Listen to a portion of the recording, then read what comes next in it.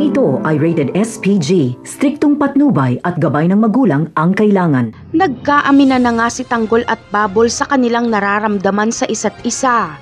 Pipilitin ni Bubble si Tanggol na magbagong buhay para mamuhay sila ng tahimik. Pero ipapaintindi ni Tanggol na kailangan niya munang maipaghiganti si Mokang. Bagamat gusto ni Tanggol si Bubbles ay hindi niya ito mapanindigan dahil hindi niya pa nakukuha ang hustisya para kay Mokang.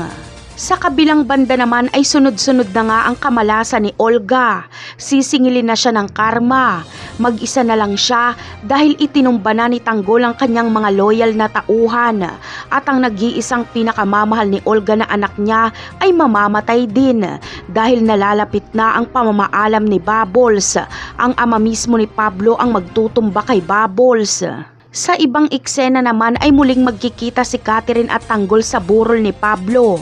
Lalo nga hangaan ni Catherine si Tanggol dahil masungit pa rin ito at malakas ang dating. Ito ang tipo na lalaki na gusto ni Catherine.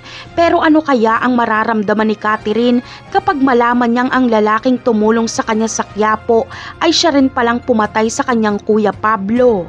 Ganun pa man ay sa ngayon ay ang taong nakabalot ang muka na nakita sa CCTV ang tanging sospek.